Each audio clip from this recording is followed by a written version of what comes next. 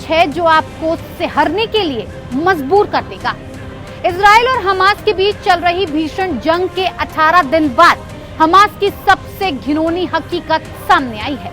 नमस्कार, special edition में मैं हूं आपके साथ वक्ता।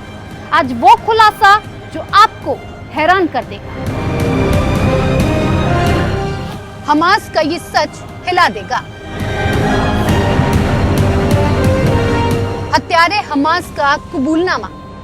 हमने इजराइल में घुसकर लोगों की जान ली। ये आईसिस जैसा काम था।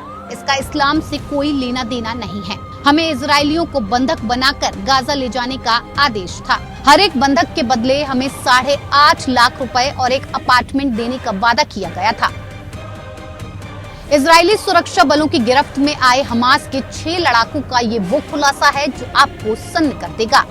7 अक्टूबर को इजराइल को लहूलुहान करने वाले हमास के लड़ाकों में से कुछ मारे गए। ज्यादातर वापस गाजा भाग गए, लेकिन कुछ इजरायली सेना के हत्थे चढ़ गए। अब उनसे पूछताछ में जो खुलासे हो रहे हैं उससे हमास के पूरे पैटर्न को समझा जा रहा है। लेकिन ये खुलासा हिला देने वाला है। ये खुलासे बेचैन करने वाले हैं। इजराइल की सिक्योरिटी अथॉरिटी ने इन लड़ाकों से पूछताछ की। ये सभी गाजा के रहने वाले हैं। यरूशलेम पोस्ट ने इस पूछताछ का वीडियो शेयर किया है। इसमें हमास के लड़ाके बता रहे हैं कि वो 7 अक्टूबर को इजराइल में लोगों को मारने और किडनैप करने के इरादे से घुसे थे।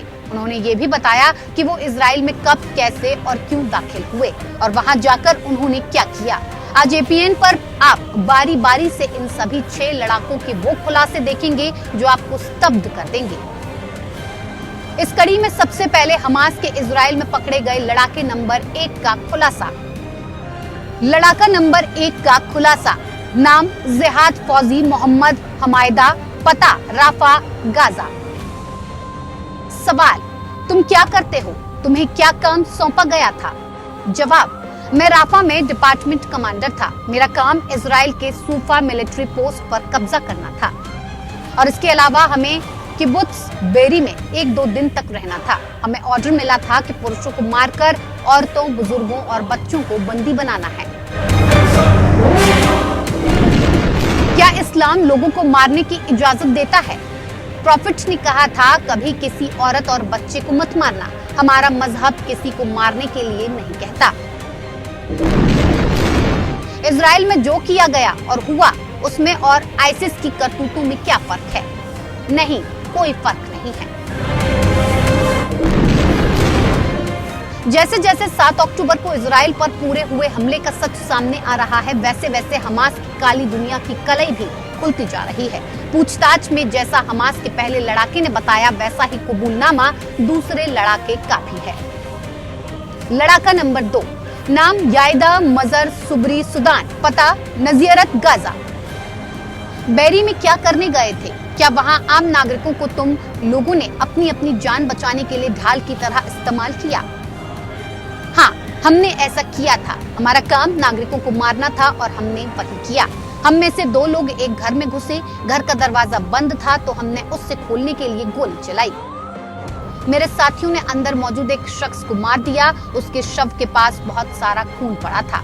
वहाँ एक पूरा परिवार था। घर में 2 महिलाएं और 2 बच्चे थे। इजराइल के हत्थे चढ़े हमास के हत्यारों का सच परेशान करने वाला है। ये एक पैटर्न जाहिर करता है। हमास की मंशा झलकती है और इन लड़ाकों का कबूलनामा ये भी जाहिर करता है कि बेशक इजराइल हमास को जड़ से खत्म करने की ठान ले, लेकिन ये काम इतना आसान नहीं है और इसका खामियाजा आम फिलिस्तीनियों को और इजरायली नागरिकों को ही भुगतना पड़ा। इजरायलियों के हत्थे चढ़े तीसरे लड़ाके का कबूलनामा भी ऐसा ही कुछ बताता है। लड़ाका नंबर 3।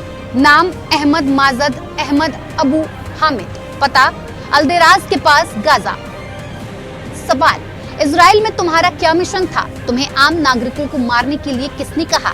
जवाब में कहा गया, हमारा काम लोगों को अगवा करना या फिर उनकी हत्या करना था।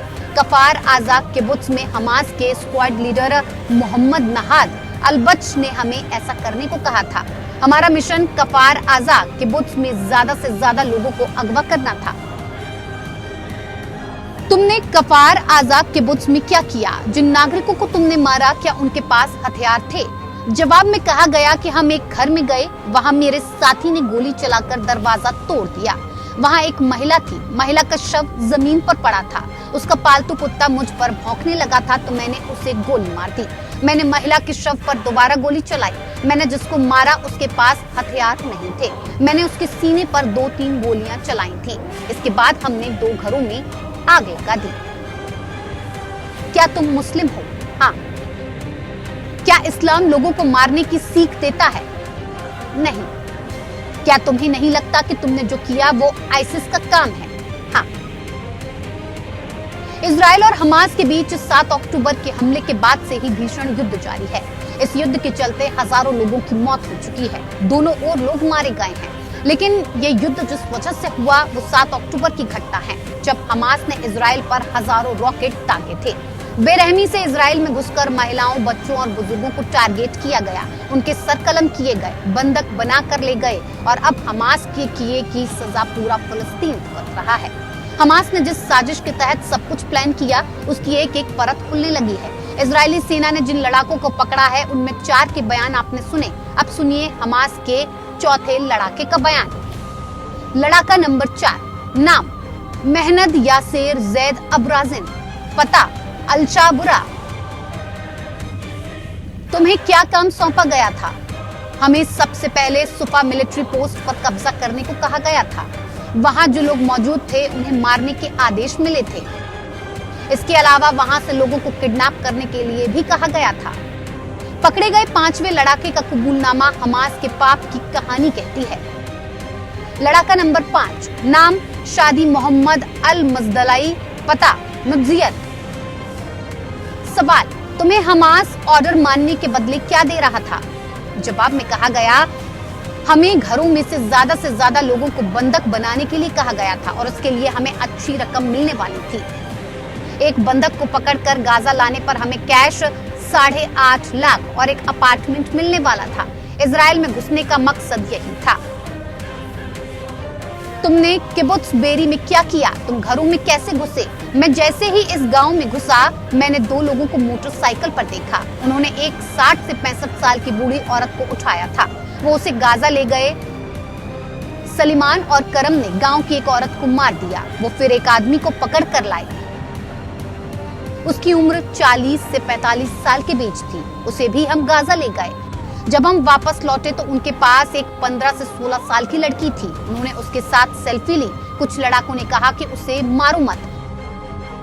फिर वो उसे भी मोटरसाइकिल पर बिठाकर गाजा ले गए। इसके बाद हम दूसरे घर की तरफ बढ़े। हमारे साथ आए इंजीनियर ने 2 विस्फोटकों से उस घर की खिड़की तोड़ दी। फिर घर के अंदर से एक आदमी ने फायर की और इंजीनियर मारा गया। 4 हैंड ग्रेनेड भी हमारी तरफ फेंके गए। उनमें से 2 ही फटे और इसके बाद हमने उस आदमी को मार दिया। हम आगे बढ़े तो वहां भी एक डेड बॉडी पड़ी थी। मैंने उस पर फायर किया तो सलामा ने कहा कि ऐसे गोलियां बर्बाद मत करो। फिर हमने कुछ लोगों को छिपा देखा। मेरे एक साथी ने खिड़की तोड़कर वहां विस्फोटक फेंकने की कोशिश की। इतने में वहां से एक औरत ने ऐसा न करने को कहा और खिड़की खोल दी। इतने में एक साथी ने चिल्लाया, इन्होंने हमारी औरतों और बच्चों की हत्या की है। इतना कहने के बाद उसने गोलियां चलाना शुरू कर दिया। वो 4 लोग थे, 2 लड़कियां जो 18 और 20 साल की होंगी और उनके माता पिता और उनका कुत्ता। क्या उन्होंने कुत्ते को भी मार दिया? हाँ। क्या कुरान ये कहती है कि निहत्तों पर गोलियां चलाओ? नहीं। हमास के पकड़े गए हर लड़ाके का कबूलनामा ये जाहिर करता है कि किस तरीके से लालच देकर गाजा पर राज करने वाले ये संगठन दरअसल जिहाद की फैक्ट्री चला रहे हैं और ये फैक्ट्री लालच पर चल रही है। लड़ाका नंबर 6, नाम हमजा मोहम्मद इब्राहिम एल-जरका, पता तफाह गाजा। तुम्हारा क्या काम था? हमें कफाज अजा किबुत्ज में घुसपैठ करनी थी। हमारा मकसद इलाके को खाली कर उस पर कब्जा करना था। हम लोगों को अगवा नहीं कर रहे थे, सिर्फ मार रहे थे। हमारा काम घरों को खाली करना था। तुमने क्या किया? हमने घरों के दरवाजों और खिड़कियों पर गोलियां चलाई। तुमने वहां किससे मारा? मैंने एक बुजुर्ग औरत को कंधे पर मारा था। क्या वो तुम्हारे सामने आई थी? हाँ, वो एकदम हैरान रह गई।